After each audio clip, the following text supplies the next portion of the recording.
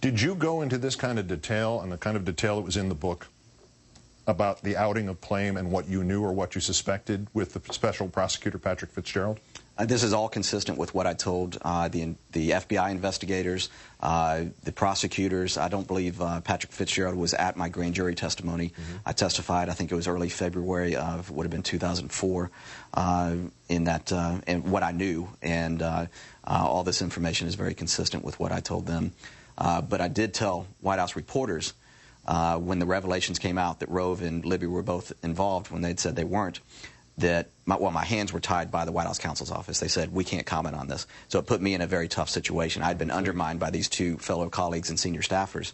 And I told the White House reporters at the time that someday I look forward to talking about this when this is behind us. And I think they really knew that I was expressing my sincere desire to do so. And in this book, I go into great detail, every detail about what I know. Was that a sort of warning that this book was coming? Did you know even that that was what you meant by that?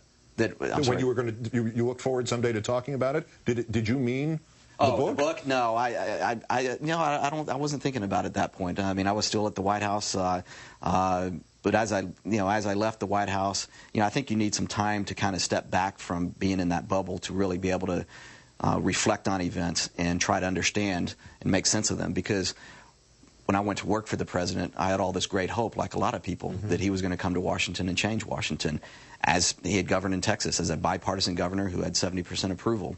It didn't happen, and I wanted to go back and look.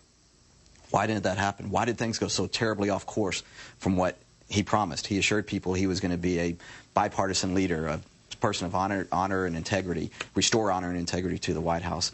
And where did things go wrong? And that's really the overall narrative in the book, but certainly the Plame episode was a defining moment for me that is a central part of the book. That is what I found so useful at the beginning of the book, was this context of why it was, not that just you all believed in this man, but why you believed in him, what it was, and you just explained it, that background from seeing him in that sort of idealized bipartisan role in Texas, which he had not recreated, or certainly. Well, there's a little time left in the administration, but I'm not expecting some sort of great conversion where he's going to be a bipartisan president in the last few months. But did you hold on to that belief to the very end in that famous goodbye scene? Were you still thinking maybe he's suddenly going to turn into what he was in Texas? Maybe my faith in him will be restored. Was that the kind of rationalization that was at work? Well, I don't think I held on to it till the end. When we came in, we got some bipartisan achievements accomplished on tax cuts and on education reform, education reforms that I really believed in and as part of his agenda. But by the time that the Iraq War started to, I think it's critical that in a time of war that you not only build bipartisan support when you're going into it, but that you also maintain that support. And to do that, you really have to embrace a high level of openness and forthrightness from the beginning, because when expectations turned out to be unmet or improperly set, it came back to haunt us. And the president is not someone to willingly go and change course in terms of his thinking when it comes to, we made a mistake on this front.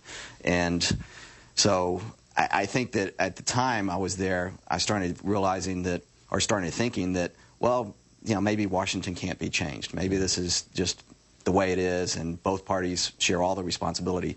But no one shares more responsibility than the President of the United States to set the right tone and to change things. And no one has more of a bully pulpit to be able to do that.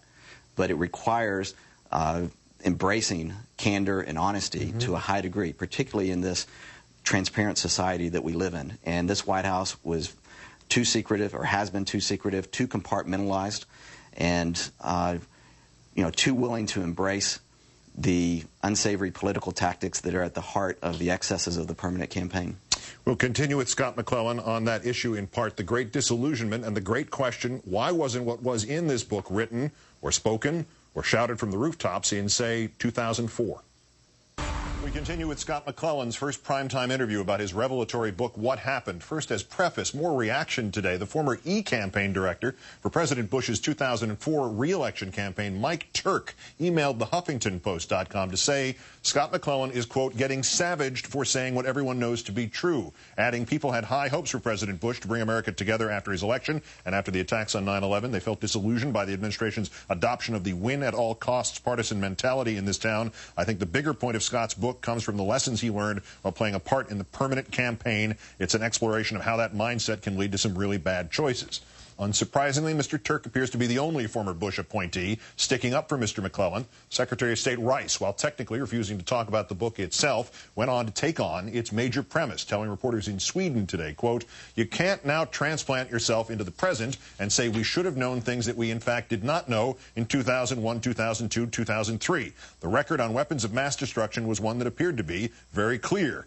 Speaking of clear, the reaction from Mr. McClellan's former colleagues in the White House could not be more so. His former boss, Ari Fleischer, initially slightly sympathetic, saying today, quote, poor Scott. Scott's about to borrow some friends for 24 hours on the political left who will throw him out as soon as they're done with him, and he's burnt an awful lot of bridges to people who really always thought fondly and highly of him. As promised, Scott McClellan is back with me here in New York. Those reactions, have there been worse? Are you at risk? Has it been worse than just nasty words? Well, I think it's to be expected. It's certainly a little surprising how personal some of the words have been. But, you know, the White House would prefer that I'm not out there talking openly and honestly about these very issues. I felt it was very important to go back and reflect on this and openly address these issues, my time and experience at the White House, and what I learned from it, so that we hopefully can move beyond these partisan excesses that have existed over the last 15 years because of the permanent campaign mentality that exists in Washington, D.C. Have you been surprised that most of the criticism has been personal as opposed to, say, refuting facts that perhaps you got right and nobody wants to talk about that? I have noticed that. There are two things I would say with that. One, some of the people that are making those comments are almost trying to judge the content of the book, judge me and my motivations for writing the book, and they haven't even read the book. And the second, which you bring up, is that I haven't seen people refuting specific parts within the book. Dan Bartlett earlier today, when we were he was doing an interview right after me or in between segments with me, said, well, we need to set the leak episode to the side. And the other day he said, well, no, I'm not going to talk about the Katrina part because that's internal deliberations. So I did find that very interesting. Crossing off 9/11 in Iraq, and that's pretty much the entire presidency, is it not? There you go. Everybody else has reacted to this book. Here's your chance. You had rapped Richard Clarke when he came out just before the 2004 election for criticizing the president. Your question to him was, why wait so long? Why didn't this epiphany, this kind of public version of the epiphany, as a book, as an admission, as testimony somewhere, why did it wait till now? Why didn't it happen in some way in 2004, 2005? Sure. Or at any some point of you mentioned earlier in one of those email responses, the one to the Huffington Post. But I went into this very much believing that the president was someone committed to being a bipartisan leader and that he was going to reach across the aisle and that he was going to change the way things worked in Washington, D.C. And I had high hopes that he would be able to do that.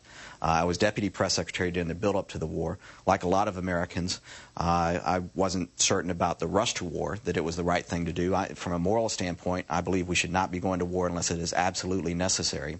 And we now know that it was not absolutely necessary with regards to Iraq. It was not the grave and gathering danger that we portrayed it as.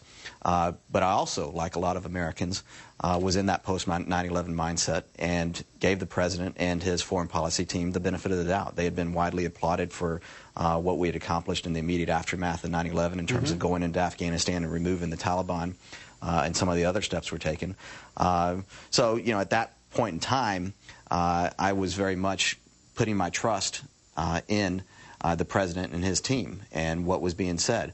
As I left the White House, my last 10 months became a period of disillusionment, beginning with the Rove revelations that he had been involved in the leak episode, and ending with the revelation that the president had authorized the secret leaking of the National Intelligence Estimate, or at least parts of it. And so I was becoming more disillusioned. And then when I left the White House, I think I needed time to step back and take off that partisan hat and really reflect on this. I wanted to think through, why did things get so badly off track? And I did that. I spent a good bit of time thinking about this, writing the book. The book was actually supposed to be out a little bit sooner, but I wanted to make sure I got this right and that it reflected my views very clearly and that they were accurately reflected throughout the book. This book does. These are very much the views that I hold today after looking back and reflecting on things and learning from it